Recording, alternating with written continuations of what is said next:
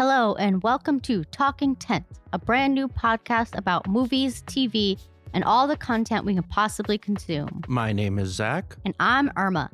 We are a married couple whose love for movies and TV cannot be contained, so we've decided to share our thoughts, opinions, cheers, and occasional jeers with the world.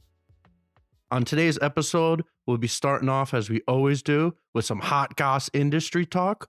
We'll quickly talk about some of the TV we watched this week, and then we're getting into the meat of the conversation, talking all things Marvel, the new Ant-Man movie, and a little bit of overrated, underrated, which almost immediately changed after I brought up that topic. Irma, why don't you start us off by talking about the bombshells that came out of the DGAs and the BAFTAs this weekend? So the BAFTAs were this weekend in London. A lot of crazy wins, I would say. Best Actress went to Cate Blanchett. Best Actor went to Austin Butler. Best Supporting Actress went to Carrie Condon from Banshees of Inisherin. Best Supporting Actor went to Barry Keoghan from Banshees of Inisherin. And Best Picture went to All Quiet on the Western Front. The BAFTAs are also kind of strange because they also have like Best British Film, and that went to Banshees of Inisherin. The Best Director, not someone I am familiar with, but it was the director who directed All Quiet on the Western Front. And then again, the DJs were also this weekend Directors Guild of America, and the Daniels won. So they beat out Steven Spielberg, who I was assuming was the favorite. So what do you think about these? It's kind of crazy. I'm scared. Austin Butler could win. I think this is a big indication that Austin Butler is much stronger in the race than originally thought. A classic case of everybody got out in front of the Brendan Fraser thing, and now it seems like he's not even in the running. I would say it's now Austin Butler versus Colin Farrell. And it looks like they're switching up the sexes on that classic ingenue that they give out almost every year. It's always with the men. It's often we're celebrating the legends, the old guys that haven't done it yet or are doing it again. And for some reason, it seems like when they want to reward a younger actor, it's the women like Emma Stone and Jennifer Lawrence. They're kind of like crowning the new ingenue, the new hot thing.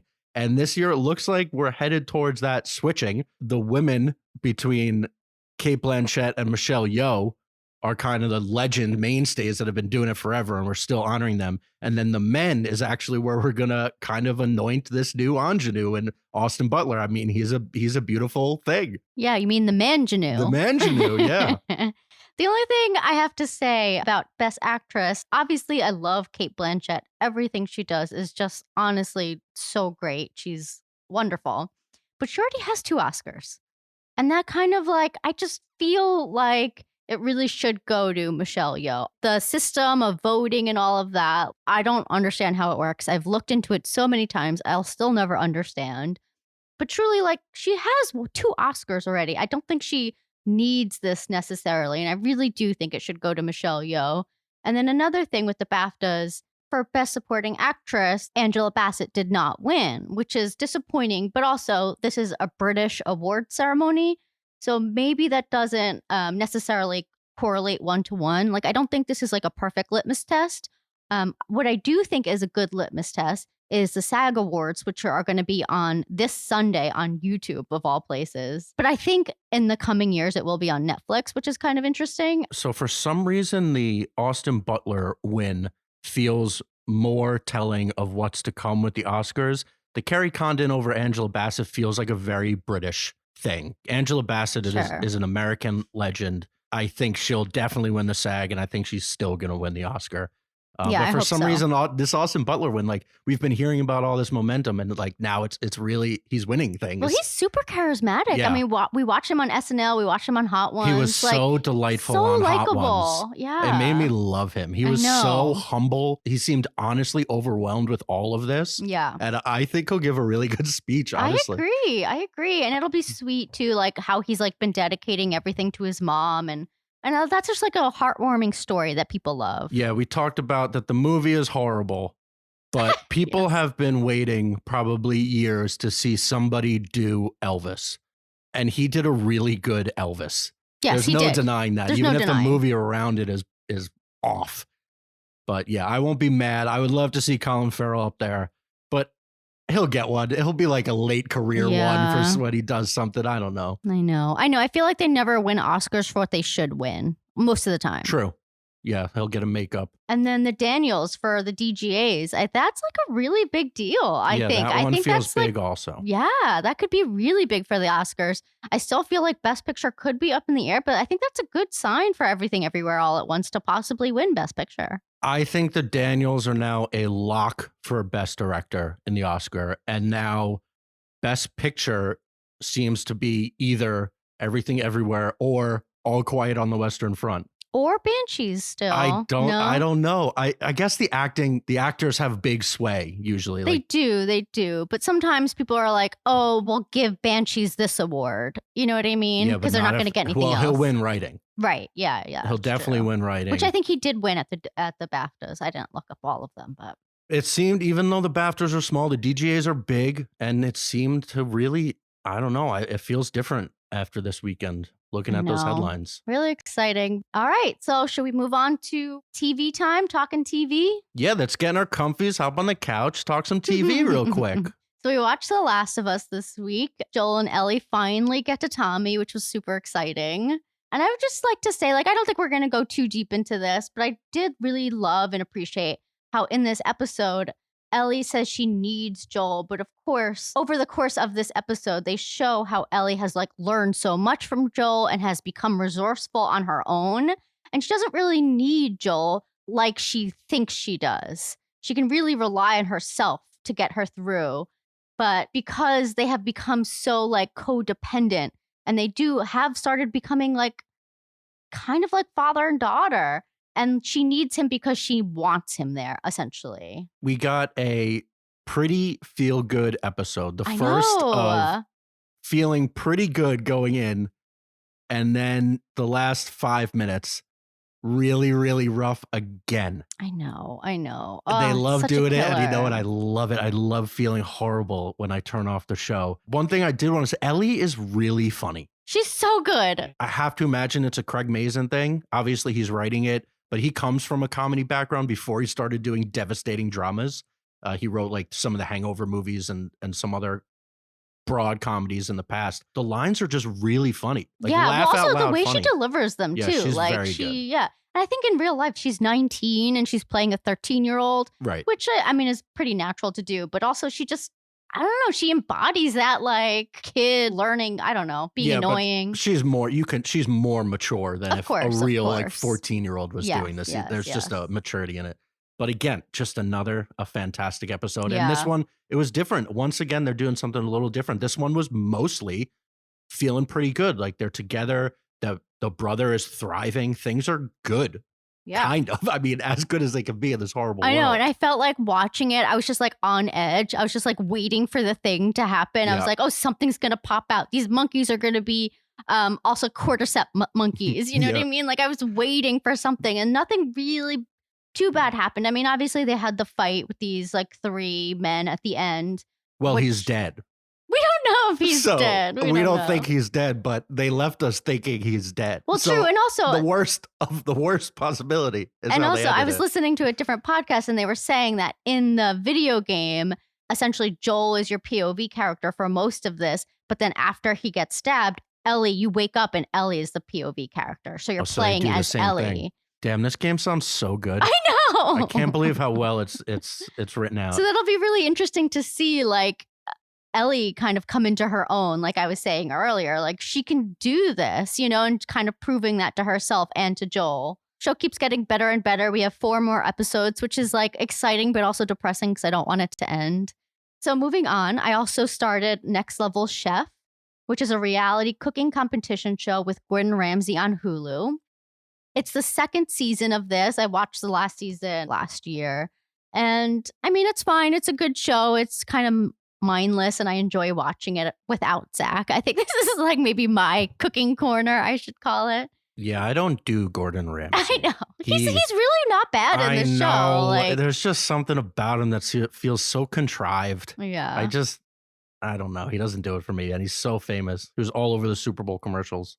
Yeah, so it was the first 2 episodes I watched, and I like in this season that they added some new rules which help establish consequences for who wins and who loses. Overall, good show. I mean, good to throw on in the background. I love just a good cooking competition show. And then the last thing we watched this week, which just came back, is Carnival Row. The first 2 episodes of the second season are back on Amazon. We watched a recap on YouTube just to remind ourselves what the first season was about, and it is so confusing. That recap was bad. Yeah, maybe it was just a bad recap, but it was also, I just was so lost. Yeah, there's a lot of weird names, and there was just a lot going on. Obviously, it was, 8-hour-long episodes Yeah. dumbed down into 20 minutes. But yeah, it was pretty confusing. Yeah. And so we watched these first 2 episodes back to back, and guess who fell asleep? Yeah, sometimes I think we had eaten or something, and I just get sleepy and my eyes started to close. I think I caught most of it, but maybe that's kind of telling that it didn't start off so great. Yeah, I enjoy it. I mean, it's about like fairies and I don't know, like other beings, essentially just like living in like a London type city. And it's pretty heavy, actually. Yeah, it's really heavy. They're in like Holocaust level ghettos and stuff. Yeah, it's crazy. But in general, like I enjoy it. Cara Delevingne, Orlando Bloom. I mean, I'm going to keep watching it. If Zach decides to fall asleep every time, that's fine by me. No. All right, that's the TV for this week. We'll let you know what we talk about next week. We went on date night on Friday. We got our popcorn. We got comfy in our recliner seats at the AMC Dolby Theater. Still looking for that sponsorship. And we saw Ant-Man and the Wasp, Quantumania. We were so intrigued.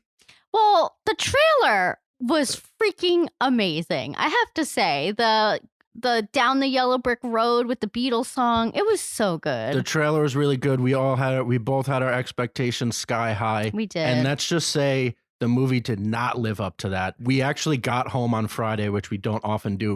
We record on Monday or Tuesday. We were like, I think we should just get all of our thoughts out. So we recorded on Friday, all of our thoughts, big spoilers. We're going to put that at the end of this episode. But first, as I said last week, off the cuff, I kind of thought, hey, we're going to talk a little bit larger about Marvel. Let's do an underrated, overrated. What do we think is an underrated Marvel movie and what do we think is an overrated Marvel movie? So I'm going to start with my personal pick as an underrated Marvel movie. Both of these are actually Phase 4 movies, so very relevant. I really loved Doctor Strange in the Multiverse of Madness. I did not love Doctor Strange 1. I thought it was pretty boring. And then Doctor Strange 2. Doctor Strange 1. What is that again? Well, it introduces Doctor Strange. Right. His origin story. Yeah, he messes up his hands. Yeah, his hands, Rachel McAdams. Yeah. Right. Okay. Love. And this one really did it for me. I think it starts with Sam Raimi. I was excited when I heard he was doing this. I figured he's going to go crazy with it. He's going to Evil Dead it. And he totally did. Once I saw what was happening, I was just along for the ride. This over the top, overwrought, crazy graphics, a bunch of actually scary things, some gore, bombastic music by Danny Elfman was so good. I rewatched The Multiverse of Madness with Danny Elfman's awesome score. And then we watched Ant-Man and the Wasp 2, basically right after it. And it was just like generic action score, zip zaps. It just feels so different. One was so well thought out, and you really notice it again when you watch all these back to back. He made the Scarlet Witch actually scary. I remember coming out of the theater when we saw it, and some of the weird, like really horror-esque witchy stuff when she comes through the portal, if you remember, and her bones are all crooked. Yeah. She climbs through the thing. There were definitely moments. They had like a real jump scare that everybody screamed at. It was definitely really interesting what he tried to do. And then it kind of was the first one that really dove into the multiverse. Loki and Spider-Man No Way Home kind of opened up the possibility of the multiverse and showed us a little bit. And then this expanded on more of the rules and showed us a lot of actual other universes. Whereas Spider-Man, they all came to us. In Doctor Strange, we went to them. And especially the one scene where he sucks America Chavez out of the way and they blast through all of these that was universes. cool. Some of them are cartoons, some of them are blobs. It was just like a really fun way to see all of these different worlds. And I liked America Chavez's character. I thought Yeah. she was really, cool and And fun. in this one, they introduce unforced, unlike Ironheart in Wakanda Forever. It felt organic to the It story. did. America Chavez was essential to the story. And she seems like she's going to be a really essential character and a really cool character. Yeah. And she really worked in it. It is interesting to think about all of the new characters that they're introducing and thinking a few years forward and realizing that the Avengers are going to be all like 18-year-old people. Yeah. Like Spider-Man, America Chavez, Ironheart, Miss Marvel, Hawkeye. Shuri in, I mean, she's not 18, but Shuri is Black Panther. Hawkeye. Yeah, the new Hawkeye. The new Black Widow. Yeah, they're all just mostly young women except for Tom Holland. Young women. I'm all for that. I'm just interested to see what it will look like in a Avengers level fight. Yeah. But yeah, so the big introduction of America Chavez happens in this movie, and it's great. And we get some really cool cameos, unlike what we'll talk about later in some of the Ant-Man movies that had some weird cameos for really no reason. This movie, we get some really cool cameos. We see Krasinski potentially has the only time. He's always been rumored to play Mr. Fantastic. We don't know if it's actually happening, but we get to see it. We see Rambeau as in the alternate universe as Captain Marvel. We see Captain Carter. It's a lot of these characters they introduced in the What If show. Yeah, but we got to see them in real life almost immediately. Mm-hmm. And a bunch of cool fights. I don't think anybody is disagreeing with me on any of that. Well, so wait, what? I'm sorry. You're saying that this is the most underrated movie, or one of? I think it's one of. Okay. And I'm getting to what seemed to be, after it came out, the issue that everybody had, and it's with is what they did with Wanda. Our girl Wanda. Yeah, I agree with this. Honestly, this movie is Wanda's movie. This movie is about Wanda. It says Doctor Strange. This movie is about Wanda. Yeah. It could have easily been Wanda Maximoff in the Multiverse of Madness. The hate is how mad she gets. But they address it up front. She's lost everything. She lost her brother, her family, her home. That was all in Ultron. I mean, yeah, she lost awful. She lost her lover with Vision. She lost her children, whether or not he keeps telling her that they're not real, but they're real. They were there. Real. Yeah. They were there, and they're in every other universe. So they're real, and it's kind of cheapens it. It's kind of bad on Strange's part to be like, they're not real. He's questionable in general. I mean, we just watched Spider-Man No Way Home, and I don't know. He just doesn't seem like, I mean, in the oeuvre, he's like a smart, universal being, but he's kind of a dummy. Yeah, they hint at this in this movie, and then Spider-Man, which we'll talk about next, actually. So Wanda's big gripe is that she sacrificed so much to defeat Thanos and to save the world. She killed Vision herself, and it meant nothing because Doctor Strange decided that Thanos should just have the time stone so he could turn back time, take the Mind Stone from Vision. And so her sacrifice meant nothing because Doctor Strange decided this is the only way that it's going to work. And they show a bunch of things in the movie that he doesn't know everything. Early in the movie, he makes the mistake of telling Wanda where America Chavez is by mistake. But if he knows the path of everything to come, why would he do that? And then he makes all these other mistakes in Spider-Man. And I think it really brings into question, like, was this the only way forward? Is he right? Is it because having a character in any story that is supposed to know the right answer to everything is impossible to write? Yeah, I would say that. Or is it all bull? Like, is his whole thing just kind of bull? Yeah. Even Rachel McAdams early in this movie calls him out, saying that Doctor Strange always needs to be in control. Exactly. Yeah, I agree with that. He exudes this I'm right energy, but he might not be right. Yes. And so Wanda gets real mad. And she turns, people really loved, I loved WandaVision. She got kind of a redemption. But what they've built, and I think in these, is that this is just a repeat of what we've seen with her. She nearly killed an entire city when her brother died in Ultron, but she didn't, and she got redeemed. She enslaved an entire town after Vision died. Then she let them go. She got redeemed. Her children died. Now she'll do anything. And honestly, all she wants is basically to kill America Chavez. And Doctor Strange won't let that happen. Well, she wants her power. She wants right? her power, Yeah. but it's kind of assumed that in order to do that, she's going to kill her. Yeah. And Doctor Strange won't do that. Yet he sacrificed Vision for his path. So it made sense. People were saying that they did her dirty, like her getting really, really evil. But it was kind of all a progression from one thing to the next of bad things she'd done. And now she just goes full Scarlet Witch. She's the most powerful being in the universe. That's Unleash. If you lose we're going to get serious right now, but everybody agrees, basically, losing a child is the worst possible thing. And in normal stories, people have to make peace. They simply must make peace with it. There is nothing left. There is nothing else other than, potentially doing worse to yourself. But in this case, she is so powerful that she can do something about it. And can we fault her for wanting to?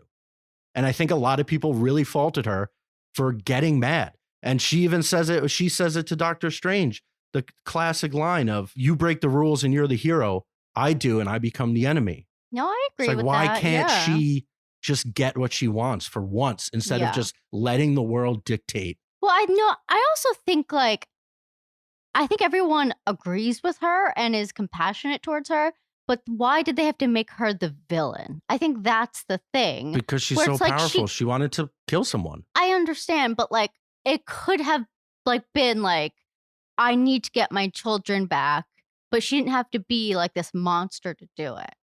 But Sure. I guess. But that's an option. I understand, but it's kind of like the rageful mother. I don't know. It just is it's not. I don't know. It's just like that trope. Just doesn't feel right. I guess, but can people just not get really mad? Gore did the same thing. We're not mad at Christian Bale, are we? Gore lost a child and he wants to end the world. And we're good with that. We're like, yeah, you're right, Gore. I feel bad for you. I still want to defeat you. You're the villain, right? So it's the same thing, but people didn't like it. And honestly, they give watching it again, I realized that they give this argument an out because you can just blame the Darkhold. And they say it a few times that the Darkhold takes hold of people and changes them when they're using it. So even Doctor Strange in another universe uses the Darkhold, and he's the one that becomes that evil Strange that they meet when they do the awesome music fight.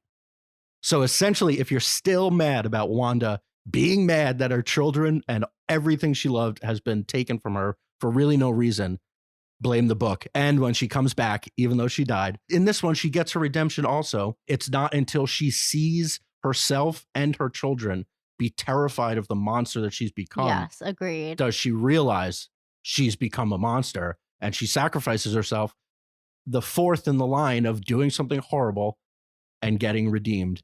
And all I hope is that Wanda is not gone, because she is my favorite character in all of this universe.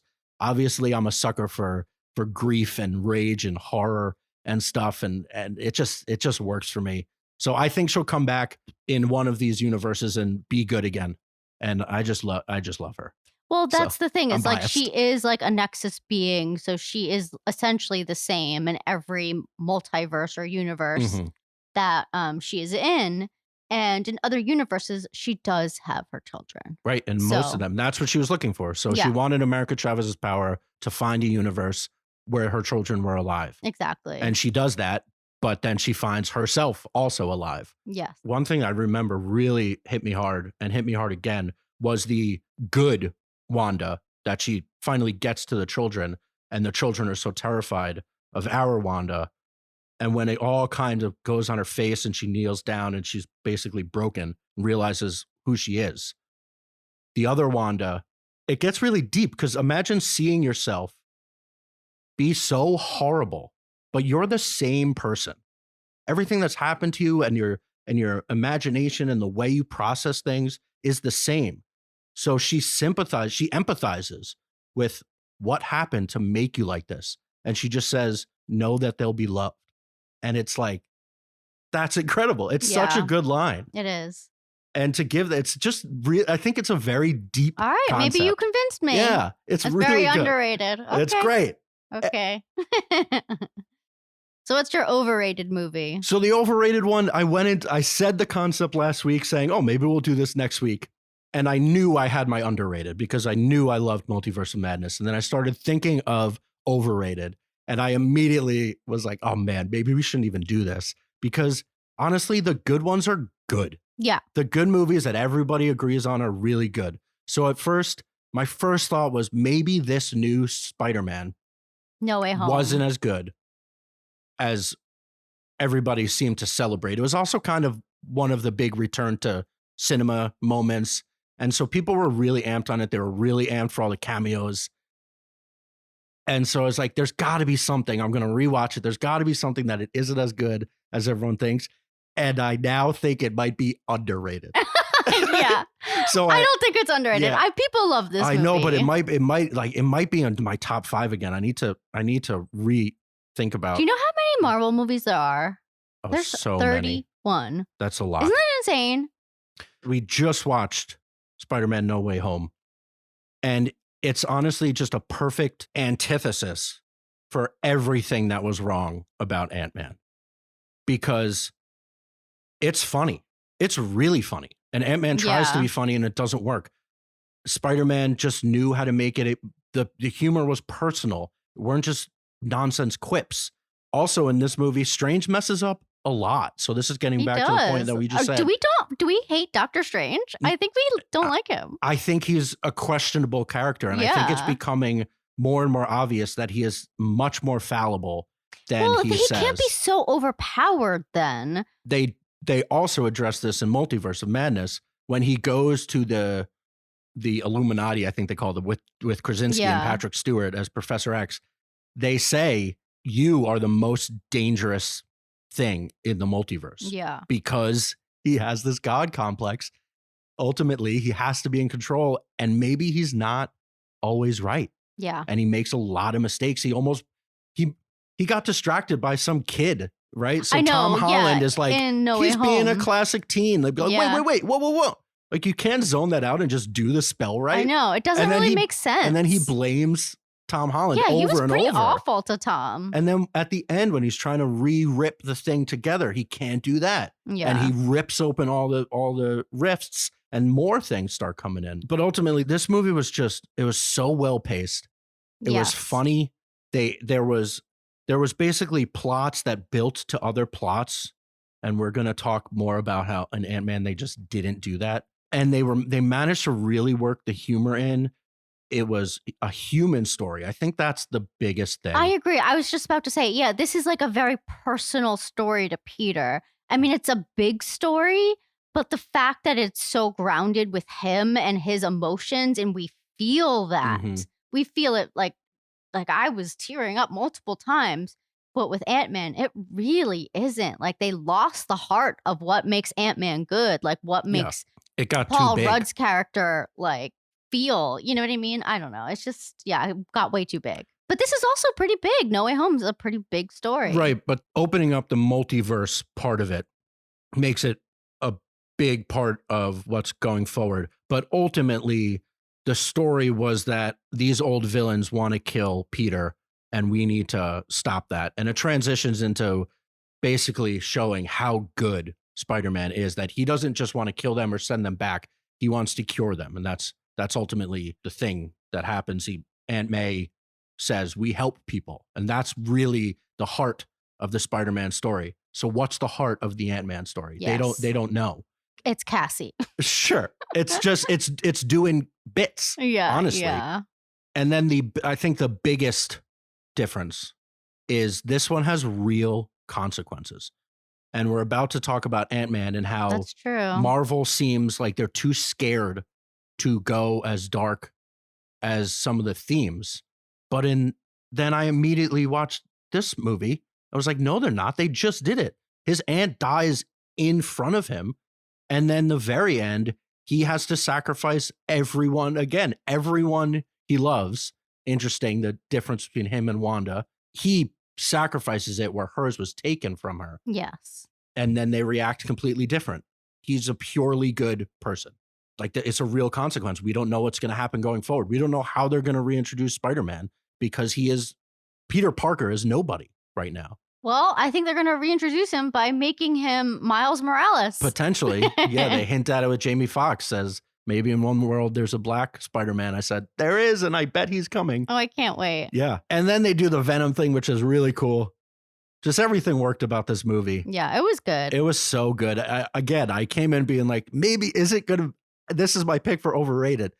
And it's not. It's so good. We watched the extended edition, which was 2 hours and 40 minutes long. And it didn't feel long. It was perfectly paced. Yeah. Funny. And every scene that Andrew Garfield is in, he steals it. Oh, we got to get more Garfield. We really do. Honestly, they should just, I don't think there's a plan for another Spider-Man movie, right? Like when they announced I don't think so. So I think Tom Holland doesn't want to do it anymore. Oh, so Spider-Man will be in something going forward, the Avengers stuff or the big level stuff. But man, if they do it, they should just do the trio again. I know. The trio works so good. Spider-Man is not powerful enough on his own to really compete with some of the things that we know are out there and some of the heroes that we know. Yeah. Like Captain Marvel and Spider-Man. It's like, what are you going to swing and kick people? But when it's 3 people swinging and kicking people, it's like a little bit more believable, right? So I don't have an overrated Marvel movie. The good Marvel movies are legitimately good, and I couldn't really find one. So after a lot of that glowing talk about Marvel, like I said earlier, we got home on Friday. We recorded our immediate reactions. Let's just say we are much more trepidatious about the future of Marvel after watching Ant-Man and the Wasp: Quantumania. Yeah, I just want to say a caveat. Like, it's been a couple days, and so I've been able to sit with it a bit more. And yeah, in general, like, I definitely want to revisit this movie, like, definitely watch it when it comes out on Disney Plus. And there was things that didn't work on this, but in general, like, it was fun. They took a swing. I still love Jonathan Majors. I still have high hopes for him. And we'll see what comes after this. I think it could potentially be the worst Marvel movie. No, Eternals is the worst. No, Eternals isn't that bad, and it's self-contained. I also still have hope for Kang, even though it doesn't work in this movie. I think a better crafted film like Spider-Man: No Way Home will give him the opportunity to truly shine. And here's our pretty sad conversation. Don't judge us too harshly. From Friday. We just got back from seeing Ant-Man and the Wasp: Quantumania at our beloved AMC Dolby Theater. Still looking for that sponsorship. Thank you very much. Spread the word. And we wanted to get our instant reactions. So, Irma, what did you think of that movie? Well, first off, are we spoiling this movie? Can this movie be spoiled? Like, should I just say everything I feel like word vomit and go from there? And hopefully, if people want to see it after that, they can. Yes. There's no way to talk about this without spoiling it a little bit. So if you haven't seen it, pause it, come back after you've seen it, or get spoiled. So I have a couple main points that I wanted to hit. The first one is just like the overall tone of the movie. It was just super off. This was like a big criticism with Thor: Love and Thunder. It just was like, it tried to be funny in parts when like real shit was happening. And I'm just like, why is this joke here? Like, it just doesn't belong. Ant-Man in general is just what you would call, quote unquote, a street level hero. He starts out as basically just like a thief in San Francisco and robs Hank Pym's house essentially, and then gets the Ant-Man suit. This guy's not like a genius. He's just a thief, you know? And the fact that this is all revolving around him, especially after these first 2 movies were like pretty low stakes, I guess, when you think about it. And now this, it just like, I guess the pathway to this movie just hasn't felt earned. And I don't know, I'm still struggling with the implications of all of this. So I would say that's my first gripe. It's definitely a huge step forward in his importance. Like you said, the first two movies are pretty much independent of the rest of the MCU, barring a tiny, tiny bit, but not even really. And then obviously his involvement in Civil War and Endgame expanded his role. But yeah, it's the same issue they had with the new Thor. They don't know how to do something very serious, or they just don't understand that the quirk that made Thor Ragnarok work and what made Ant-Man 1 work simply doesn't work when your villain is trying to end the world. And like you said, there are these massive moments where our villain Kang is talking about genocide and just destroying trillions of people. And then they make like a joke about getting big again. And it was the same thing with Thor in Love and Thunder. It was like Gore is mourning the loss of his child and wants to kill everyone in revenge. And then they're just like doing silly little quirks back and forth between Thor and the mighty Thor. And it just feels off, and it really makes the stakes of what we're watching feel dumbed down. Yeah. Do you think that they'll ever be able to do like one of those like smaller, like street level hero movies again? Like, I just feel like they keep ramping up just in general at Marvel. And like, I just don't think you can do small movies anymore. And those are the movies I like. Yeah. The shows have been a bit of that. So like Miss Marvel, like She-Hulk, yeah. Even Shang-Chi started as just a guy on the streets kicking ass. Oh, until they got to the dragon duel. Sure. But it was more of like a self-contained movie. I mean, this was never supposed to be self-contained. It also just had pacing problems. We didn't need to spend an hour and 45 minutes in the quantum realm. Going into this movie, I was always like, I'm not even positive I like A, the way that it looks, and B, just the whole idea. I basically kept telling myself, just pretend it's a planet and they're in space, because what it really is doesn't really make sense. And then there's like an entire civilization and he built an entire army there. And like, what is it? But that's the whole movie. That's the point. The Quantumania, like. I know, but the way for me to justify it and just accept it, which is what I had to do, was to be like, let's just pretend we're at Tatooine and these people are aliens. Yeah. Yeah. Or else it's like, what are we doing? It's just miniature world inside of cells.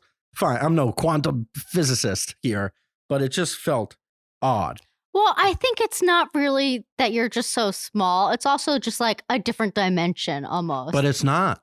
I think it kind of is. They're just really small. And then they try and say there's like no time and space within this place.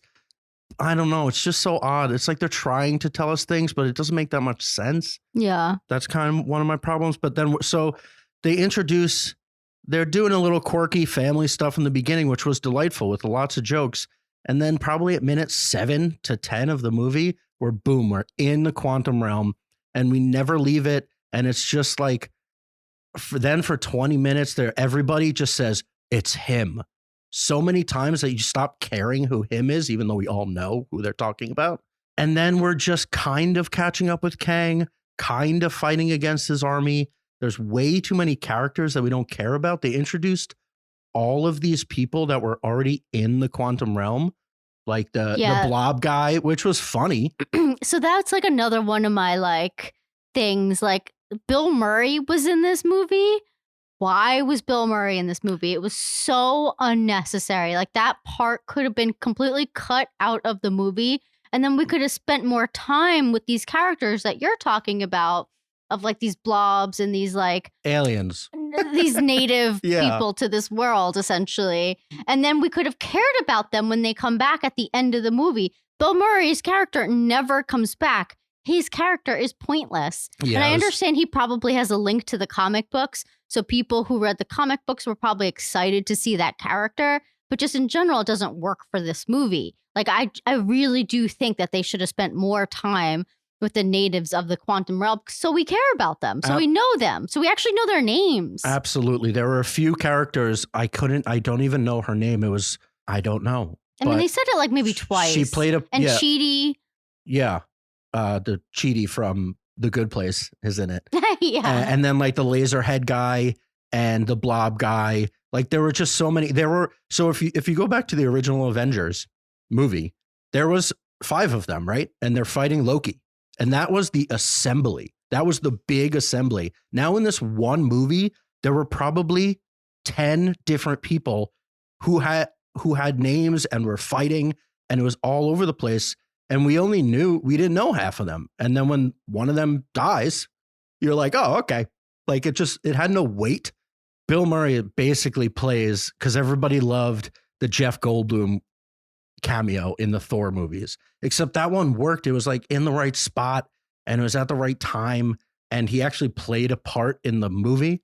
And then Bill Murray, like Irma said, is just kind of like a segue to convince you that Janet, Michelle Pfeiffer's character, was like being a little sneaky or secretive when she was there. But yeah, then it's just like, then he's gone and they take his ship and they know how to fly the ship.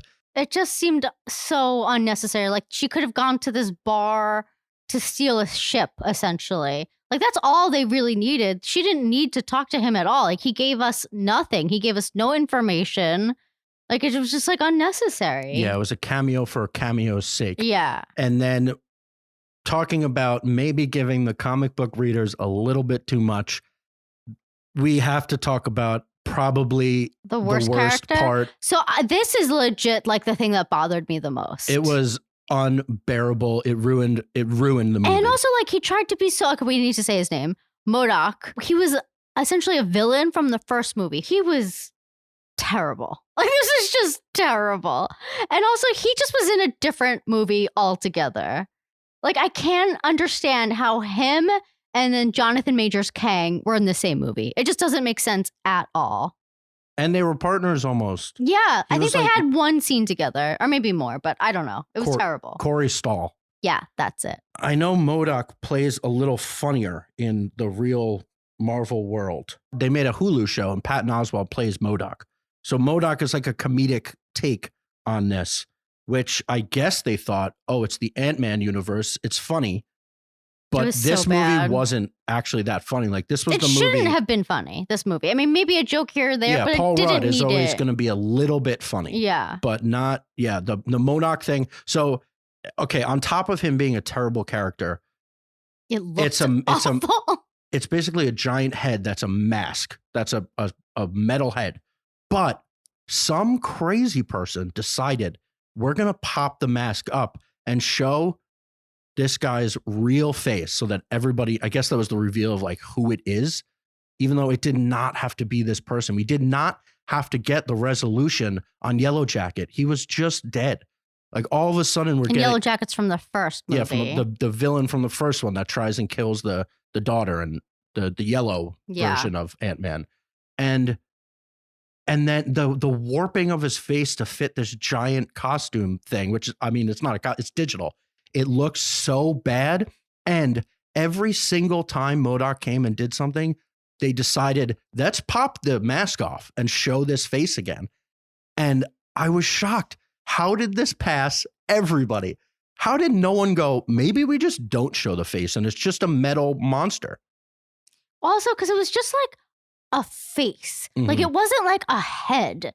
You know what I mean? Maybe if it was more of like his full head, it maybe would have like, I don't know how to, it was bad. It was just really, really bad.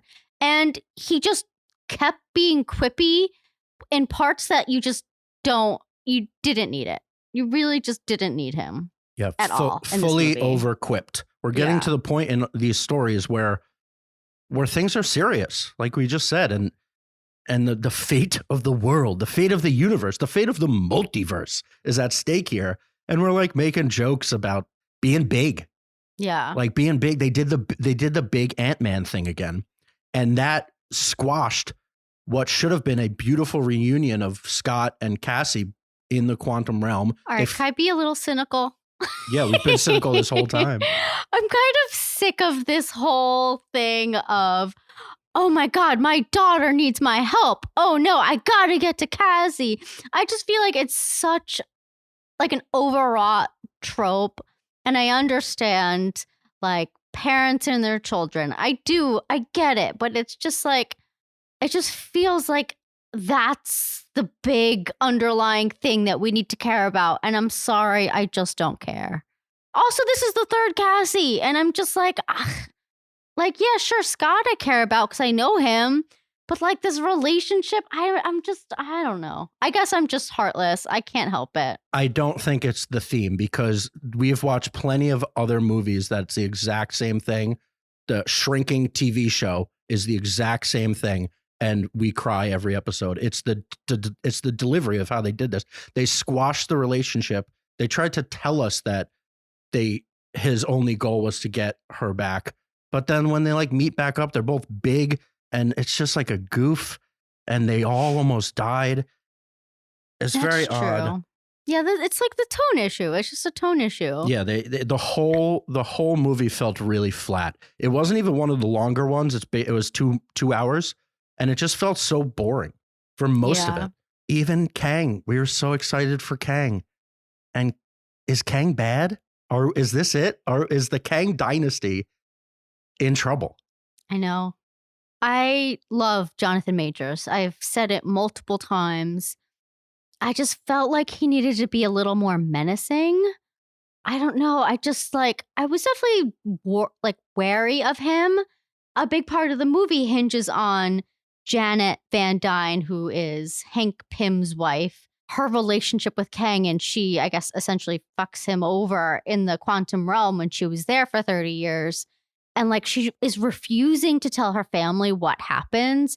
And it's like this thing that like she won't talk about it. She won't talk about it. And then she finally talks about it. And we're like, why weren't you talking about this? Like It just like it didn't make sense what she was withholding. I'm sorry. It just didn't pay off almost. I mean, it wasn't like it was a bad story, but like, why did they have to build it up so much? Like, I just like, please tell us what happened. And then, like, I just almost wanted more of Kang. Like, I don't know what it was about him that I just didn't feel right about it. It's hard because Thanos was so good. Yeah. This is different. They're trying to do something different. Essentially, what we're dealing with for this phase is a horde of superpowered villains and not just one menacing monster.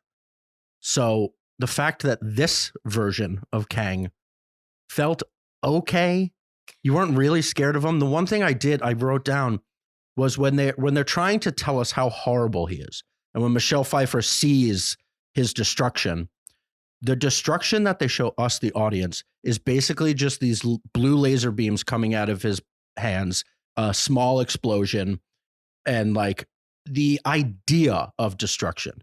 But they don't show anything that bad, and it looks exactly the same as everything else we've seen in Marvel before. It looks like the same generic graphics of blasts and bloops. Yes, I'm being told he's a monster. He's crazy, but just show me. It's the same. It's like they don't want to fully show. They don't want to get this dark for some reason, but the themes are really dark, and they still want to make it palatable. Yeah. Also, like at the end, it almost kind of, I think we all realize that this version of Kang that we met in this movie was maybe not the villain we think he is. And so like the other versions of him are the actual villains. So maybe that like plays into it of like why this Kang wasn't so menacing, and maybe he was misunderstood. But like we just really didn't get enough of him to like, I think, realize that or be able to flush that out, like to even feel bad for him when he maybe dies. Or is it possible we got too much of him? He spoke too much to the point that you were like, all right, I get what you're saying, but you're just saying the same thing over and over again. The beautiful thing about Thanos was they built to it, and they didn't show him until because he had a henchman. He had like a sidekick that did most of that. The one thing, and I don't like knocking artists and the creators of these movies. And honestly, this goes against the theory I was thinking of with these Marvel movies, was if you start looking at the credits and the writing credits is like 5 or 6 people, which a lot of them is, odds are we got some problems, and they had to keep punching it up and keep making revisions. In this case, the director is one guy and the writer is one guy. The problem that I'm thinking is the writer, I mean, I'm all for giving these people chances. He's done nothing. He wrote for Kimmel. He's a funny guy. He wrote for Miracle Workers. He wrote for Rick and Morty also. They really like plucking these Rick and Morty people. But then this is his first real movie. And the director is more experienced.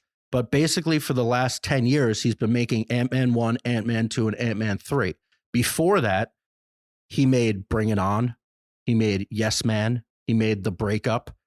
So that experience works in Ant-Man 1 when it's kind of a nice romance building. It's mostly funny. Michael Pena is hilarious. Also, Michael Pena not being in this movie. Oh, shit. He's not in this movie. Is Why? a disaster. He made Ant-Man, the first one. Oh, and even the second one. Like, he saved the second one. The second one's not good. That's a bad choice. And so making this movie is so much bigger than that. And I'm not saying nobody from those experiences can do this, but maybe this person couldn't. I mean, what came out is just doesn't work. Marvel's such a machine at this point. I don't think you can really like put it on their shoulders, like that one sole writer and the one director. Like, Marvel is a machine. They did with Coogler. I understand, but like at this is the third movie. Like, it has to, it's building towards something that's going to affect all of Marvel, all of these people essentially, like in future movies. So I just kind of think they're putting in motion something. They have no real agency. They don't have much of a say.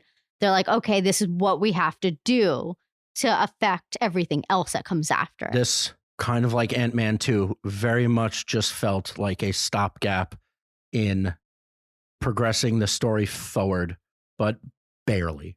I feel like this could have been a half an hour short and it would have been much more effective. This movie was one step forward, one step backwards, and now we're just doing the same thing again. Probably 5 different iterations of kind of fighting Kang, kind of fighting his henchmen. It was just, the whole thing felt off. The only moment that worked for me was near the very end when we finally get to the point where they figure out how to get out. Scott pushes his daughter through the portal, so where Kang and Ant-Man are going to have their fight. And that fight is very good. It's brutal, hand to hand, just good fist fighting. Yeah. And you see that Kang is much more powerful than Ant-Man, and physically he's gonna yeah. I mean, honestly, one punch, I don't think he's getting back up. Can you imagine that actual fight? I was thinking when we were watching, I was like, Paul Rudd must be like, all right, take it down a notch, little man. We're acting. But so when we think Scott is screwed, the Wasp comes back through the portal and helps. And that part really, like, I didn't expect it really. And then she comes and they kick ass, and it's a nice moment.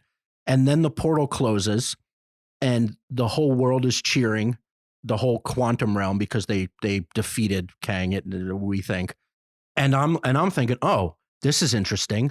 Now he's going to get stuck again because that is his fate. Isn't that the point of his story? That all the marketing was about all this time that he lost, and that wasn't his motivation in this movie at all. It was the trailer. Misled us. They totally misled us. The motivation was just that Kang had his daughter and he had to go save her. It had nothing to do with like that whole enticing thing of him giving him time back. They didn't talk about that at all in the actual movie. Well, no, they did it with Janet. That was the point. Sure. We were misled to think it was Ant-Man, but it was actually Janet. And it seems like the point of his story is kind of a tragic thing of that he's just never going to have enough time with his daughter. And I thought, wow, they're going to get stuck in the quantum realm again. And they could kind of be the king and queen of there, but he's still going to be stuck. And isn't that his tragic fate? And then they just open the portal back up and go home.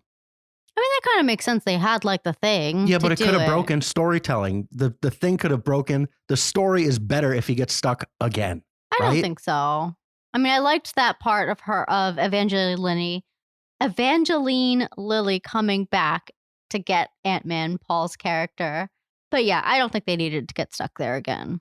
I mean, I don't really think we need another Ant-Man movie. I don't really see how they can move on from this. I mean, if he stayed there, then sure, maybe there would be another movie. They Maybe didn't. not. They didn't do another movie when he got stuck the other time. He just came back in Endgame. Yeah. So like they could have just done that again. When they need him, they could have figured out a way to bring him back, and it would have been an Avenger level plan to bring him back. And like they could have gotten some other people involved, but he still would have lost time with his daughter. And that's the point of these movies. That feels too brutal. Right. Stop hiding from the brutality of this world. I don't know. I'm glad he went back. I don't think it was necessary. And then the one thing, comparing it again to Thor: Love and Thunder, which I actually think was better than this. What I thought coming out of that movie, Thor 4, was if they were going to do Gore, the God Butcher, they shouldn't have used Taika. And if they wanted to use Taika again, they should have picked a different villain because it just didn't fit. And the same thing for this movie. Kang didn't need to come from the quantum realm. He wasn't from the quantum realm, and now he's out of the quantum realm. And the actual Kang dynasty that's coming is not even this version of Kang. So they put Kang in the quantum realm as the villain of this movie because they felt like it. And they wanted to introduce him at the start of Phase 5. I think... But they didn't have to. It could have been a totally different thing. Where he was in the comic books. Like, I think this is a comic book, like, adaptation. Just use a different story. Comic books rewrite stories all the time. They start and stop. The same characters do different things. It just didn't really work. Like, it didn't...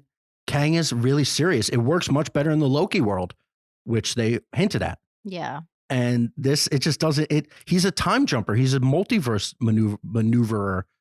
It has nothing to do with the quantum realm. It's just odd. Like they forced it in and then it didn't work. Another example of feeling like it was forced in and then it didn't really work. All right. Well, that's, I think, our opinions on the quantum realm, unless you have anything else. Yeah, that was a very negative. We were very negative. Is there anything that we liked? I really liked Michelle Pfeiffer. Thought she kicked butt a couple times. Yeah, a few times she had some really good fights. But then, yeah, her character, like we talked about, like, why weren't you just telling your family about this world-killing person that you met? And why? You said don't go in the quantum realm. It's too dangerous. But then just tell them why. And also because she saw his dreams and knowing that he could, like, kill worlds. Like, why wouldn't she tell them that? Like, because if he's especially after her, like... Oh, also, the one thing that really actually pissed me off because it felt lazy was at the end when Hank Pym was talking about the ants and he was like, oh yeah, when the ants came in, they lived 1,000 years in one day, so they're so advanced, and the ants come and save them and help them defeat Kang and whatever. But I'm like, that doesn't make sense. Then why wouldn't that happen to you guys? Like, I don't know. It just doesn't make sense that why, like, the ants would have been there for 1,000 years, even though they came into the quantum realm with, like, Hank and the family and everyone at the same time. Like, it was just, like, bizarre. It was just like that was the reason that these ants are so, like, smart. Yeah, that was one note I wanted to say also. So they do with the ant invasion to save the day. Well, they do the same thing twice. Again, they do the same thing twice.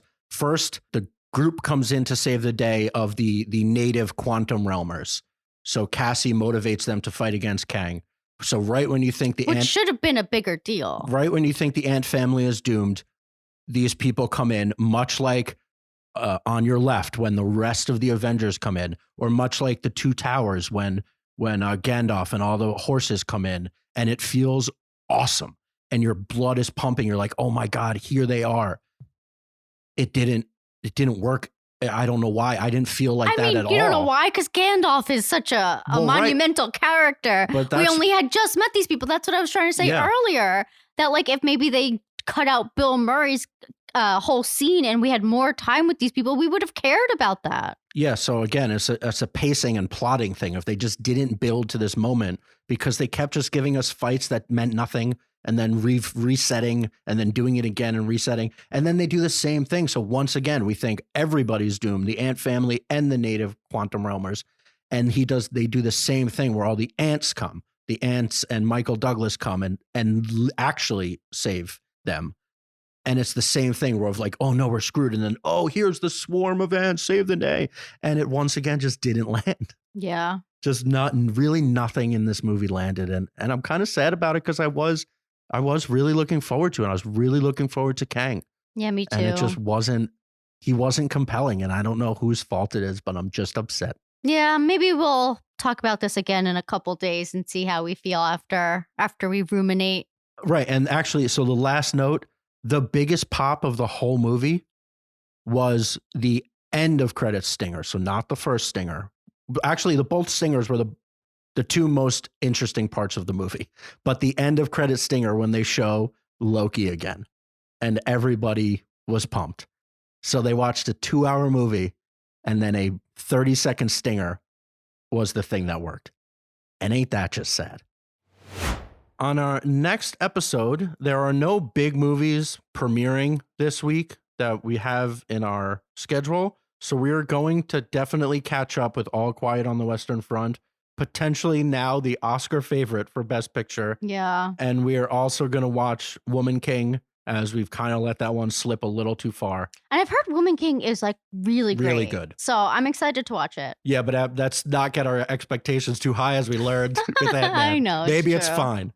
And then we're going to continue breaking down The Last of Us. It looks like we're getting potentially a flashback into Ellie's life before Joel.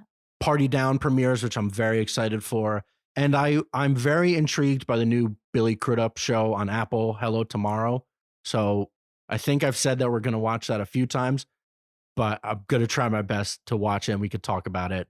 And all of the things we just said are available to stream. So next week, there'll be nothing to spoil if you just catch up with all of those things.